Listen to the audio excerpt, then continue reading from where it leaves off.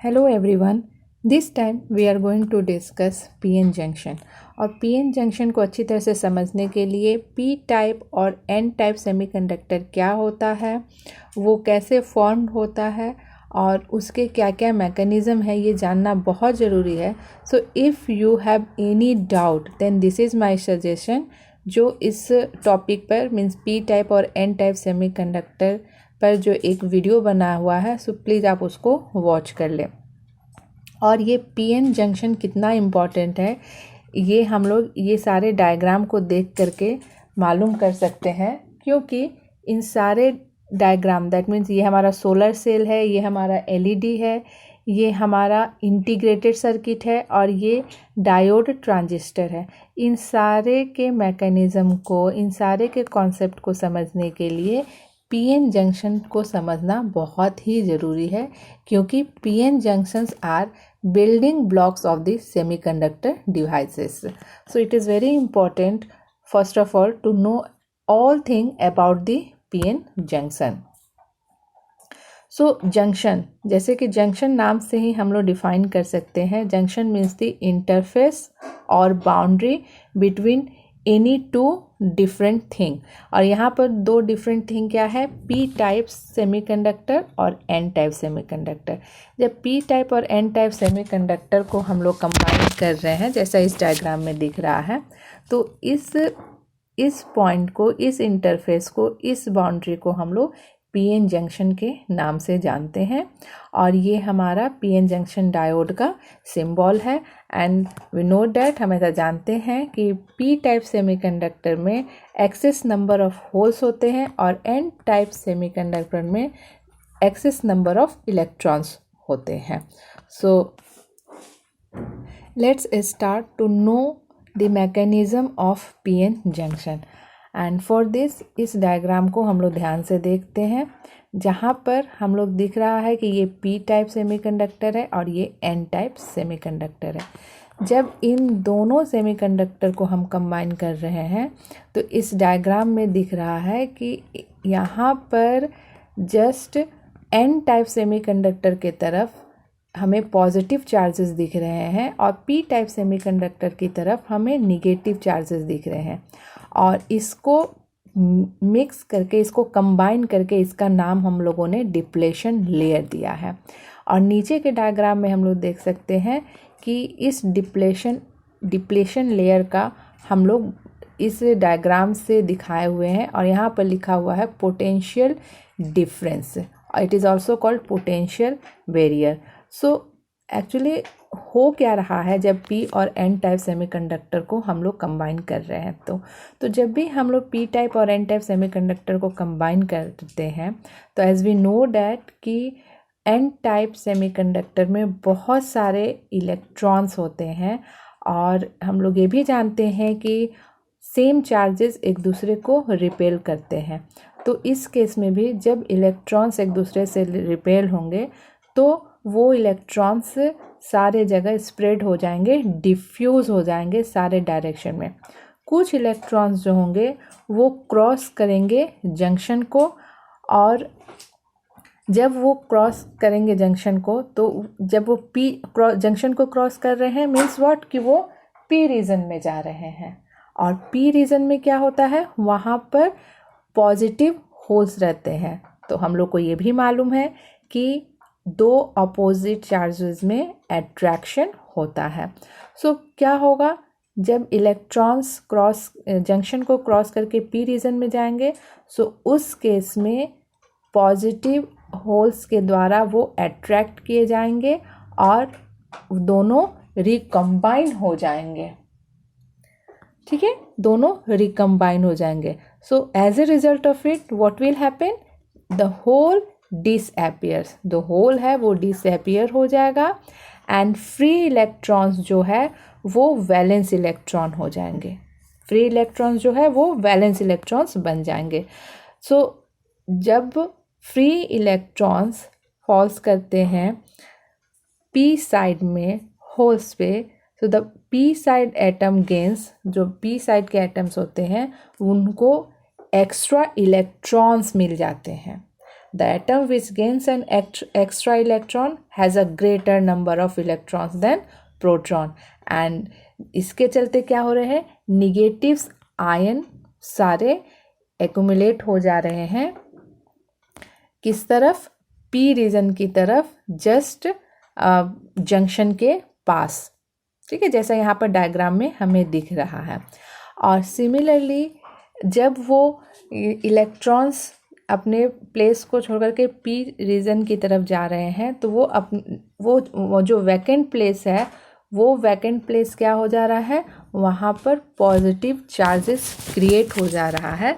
जैसा हमें इस डायग्राम में दिख रहा है कि हम लोगों का एन रीजन की तरफ हम लोगों को plus plus plus that means positives दिख रहा है।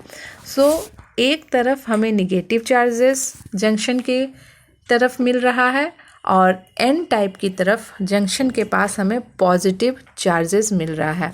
ये क्यों मिल रहा है, ये इसका रीज़न यही है जो अभी हम लोगों ने डिस्कस किया कि एन टाइप सेमीकंडक्टर में बहुत सारे इलेक्ट्रॉन्स होते हैं। सो वो एक दूसरे को रिपेल करते हैं। जो इलेक्ट्रॉन्स जंक्शन को क्रॉस करके पी रीजन की तरफ आ जाते हैं वो होल से रिकम्बाइन हो जाते हैं। So in this way P region की तरफ नंबर ऑफ इलेक्ट्रॉन्स बढ़ जाते हैं जंक्शन पे, और वो इलेक्ट्रॉन्स सिंस आते हैं एन टाइप सेमीकंडक्टर से तो उस तरफ नंबर ऑफ इलेक्ट्रॉन्स की डिफिशियंसी हो जाती है, नंबर ऑफ प्रोटॉन्स बढ़ जाता है, means number of positive charges बढ़ जाता है। सो जंक्शन के पास हम लोग देख रहे हैं कि पी रीजन में नंबर निगेटिव चार्जेस है जंक्शन के पास और एन रीजन में हमारा पॉजिटिव चार्ज है जंक्शन के पास। सो जब हमारे पास ऑपोजिट एंड इक्वल चार्जेस होते हैं तो उसको हम लोग क्या बोलते हैं, डायपोल बोलते हैं। So in this way we can see here कि each pair of positive and negative ions at the junction is of course it is called the dipole, and the creation of dipole means that one free electron from n side and one hole from p side are taken out of circulation. So what will happen as a result of it, number of dipoles जैसा हम लोग देख रहे हैं positive positive positive negative negative negative, so number of dipoles builds up the region near the junction and is depleted of majority charge carrier. Okay, so that is the reason this region is called depletion region. This region is called depletion region because यहाँ पर ये charge empty region हो जाता है. So this is the mechanism behind the any PN junction diode कि जब भी P और टाइप और एन टाइप सेमीकंडक्टर को हम लोग कंबाइन करते हैं तो क्या होता है। सो इस तरीके से डिफ्यूज़न होता है, डायपोल क्रिएट होता है और as a result of it यहाँ पर हम लोग देख रहे हैं इस डायग्राम में कि डिप्लेशन लेयर क्रिएट हो जाता है। डिप्लेशन लेयर मीन्स क्या होता है, ये एक तरफ निगेटिव एक तरफ पॉजिटिव, तो हम लोग इसको बोल सकते हैं कि यहाँ पर पोटेंशियल डिफरेंस क्रिएट हो जाता है। पोटेंशियल बैरियर इसलिए बोलते हैं क्योंकि अब क्या होगा कि further movement of electron from N side to P side ये because of this depletion layer stop हो जाएगा। सो ये एक बैरियर है जो कि पोटेंशियल के फॉर्म में क्रिएट हुआ है और वो फर्दर मूवमेंट ऑफ इलेक्ट्रॉन्स को स्टॉप कर देता है। ओके, अगर हम जर्मेनियम की बात करते हैं तो ये पोटेंशियल बैरियर का वैल्यू होता है 0.3 वोल्ट, और अगर हम बात करते हैं सिलिकॉन की तो यहाँ पर इसका वैल्यू होता है 0.7 volt. Now we will find out the barrier voltage across the PN junction. अब हम लोग मैथमेटिकली इसको कैलकुलेट करेंगे कि इस बैरियर पोटेंशियल की जो हम लोग बात कर रहे हैं, बैरियर वोल्टेज की जो बात कर रहे हैं, इसका मैथमेटिकल एक्सप्रेशन क्या होगा, how we can calculate it. So for this try to understand this diagram. ये हमारा फर्स्ट डायग्राम में दिख रहा है, ये पोटेंशियल बैरियर है, जिसका हम लोग कंप्लीट वैल्यू मान लिए हैं VB जो हमें दिख रहा है। N रीजन की तरफ हम लोग V2 ले रहे हैं और P रीजन की तरफ हम लोग V1 मान रहे हैं पोटेंशियल, और विड्थ जो है इस पोटेंशियल का वो V1 की तरफ हम लोग x1 सपोज कर रहे हैं और N रीजन की तरफ हम लोग x2 सपोज कर रहे हैं। इसको और हम लोग सिंप्लीफाई करके इस डायग्राम को बनाए हुए हैं। This is the voltage x1 and x2 is the potential width and V1 and V2 is the voltage or potential at the N type or P type. So to calculate it हम लोगों को क्या करना होगा, सबसे पहले हम लोगों को एक्चुअली पोटेंशियल बैरियर का वैल्यू क्या होगा, total potential at P side and N side, that means V1 plus V2। Similarly अगर हम लोग विड्थ की बात करें तो विड्थ क्या हो जाएगा, x1 plus x2, x1 for P type and x2 for N type, x1 x2.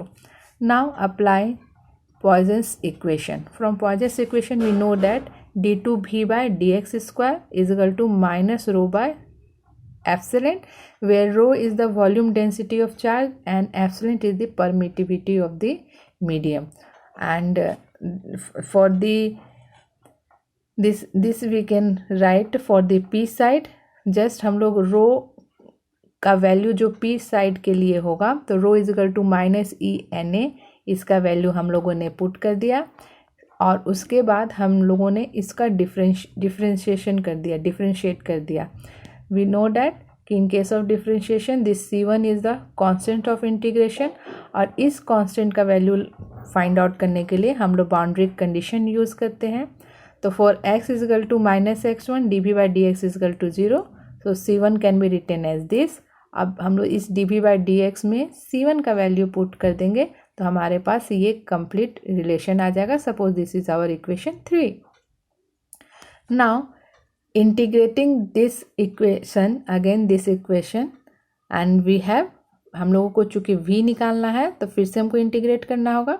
तो फिर से जब इंटीग्रेट किए तो हमारे पास सेकेंड इंटीग्रेशन कांस्टेंट आ गया C2।